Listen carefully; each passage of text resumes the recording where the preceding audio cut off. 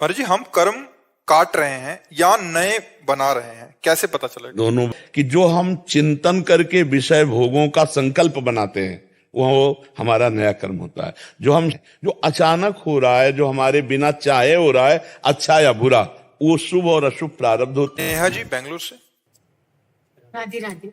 राधे राधे महाराज जी। महाराज जी, हम कर्म काट रहे हैं या नए बना रहे हैं, कैसे पता चलेगा? दोनों बातें एक साथ इसमें चल रही। मनुष्य योनि में, पशुओं में नहीं चल। अन्य योनियों में केवल भोग योनियां हैं, वो नया कर्म नहीं कर सकते।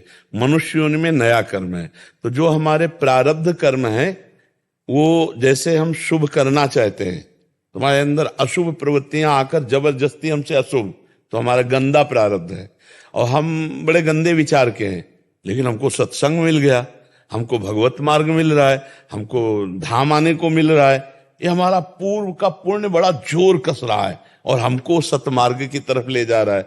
तो हमें ये देखना है कि जो हम चिंतन करके विषय भोगों का संकल्प बनाते हैं वो हमारा नया कर्म होता है। जो हम शास्त्र के अनुसार चिंतन करके आज से मैं करूंगा, मैं ऐसा चाहता हूं, मैं ऐसा पाना चाहता हूं, मैं ऐसा सोच रहा हूं, ये सब नवीन कर्म है। लेकिन जिसे हम सोच भी नहीं पाते हो जाता है, शुभ या अशुभ, उसे प्रारब्ध होता है। जैसे आपका उद्देश्य बना, हम वृंदावन आ रहे हैं, अचानक रास्ते में गाड़ी खराब हो गई, एक्सीडेंट हो गया, कोई खतरा हो गया, कुछ यहाँ लुट पिट गया, ऐसा होता है।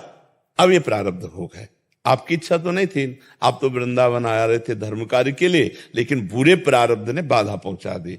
अब जैसे आप किसी बुरा संकल्प पे स्थित हैं, कोई ऐसा सद विचार आ जाता है, सद शास्त्र के वाक्य आ जाते हैं, कोई संत महात्मा मिल जाते हैं, हमारा विचार खत्म हो जाता है, ये हमारा शुभ प्रारब्ध हो गया, वो हमारा अशुभ प्रारब्ध हो गया। और जो हम विचार करके करते हैं संकल्प विकल्प सहित, वो नवीन कर्म होता है कि आज से सुना हमको ऐसा करना चाहिए, ऐसा करना चाहिए, ऐसा करना चाहिए, शुभ या अशुभ।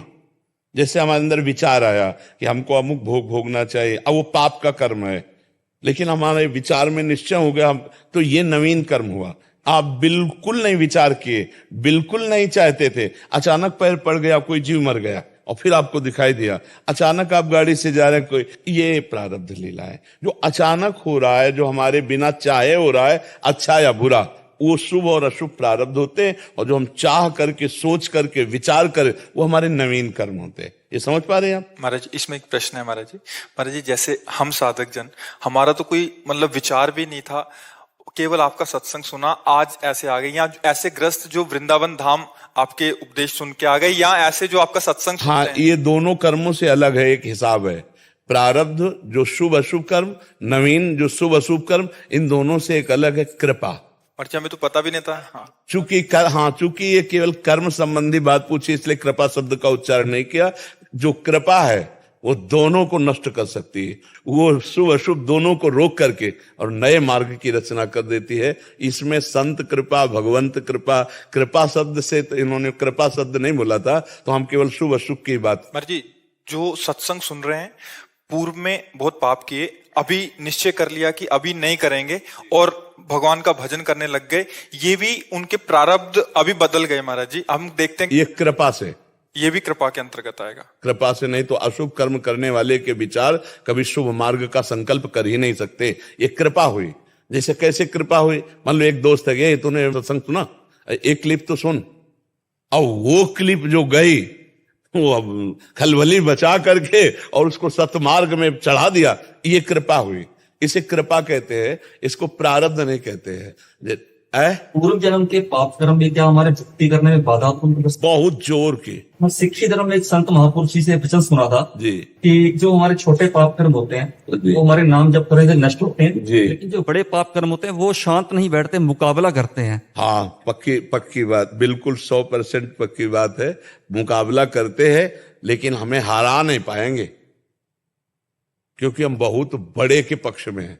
एक श्री गुरु अर्जन देव जी की गुरबाणी जी में एक तुक आती है, संतों महापुरुषों के लिए आती है कि जन्म मरण दुहों में नाही, संत परोपकारी आए, जी दान दे भक्ति लाए, हर्षो रैन मिलाए। कि संत महापुरुष जन्म मरण के गेड़ में नहीं आते, वो तो लोगों को अपनी मर्जी से आते हैं, अपनी मर्जी से जाते हैं, और वो तो सिर्फ लोगों का जगत मंगल करने के लिए, उनको नाम से जोड़ने के लिए आते हैं। पर सच्चे पातशाह महाराज जी मैंने सिखी धर्म में भी, और आप परमहंस श्री रामकृष्ण जी की, उनके भी गले में कैंसर था, आप जी भी बहुत कष्ट, सिखी धर्म में भी बहुत ऐसे महापुरुष बहुत, हैं, हाँ, बहुत दुख, लेकिन वो तो खुद भगवान स्वरूप हैं, हाँ। वो तो खुद भगवान आए, जन्म मरण में नहीं, फिर उनको कष्ट सच्चे पातशाह जी इस बारे में। इसमें हम आपको बताते हैं कि अपने जनों के प्रारब्ध को भोगना, अपने जनों के प्रारब्ध को भोगना, और दूसरा ये दिखाना कि इस मार्ग में इतनी लेवल तक अभी कष्ट मिले तो हमें डिगना नहीं है।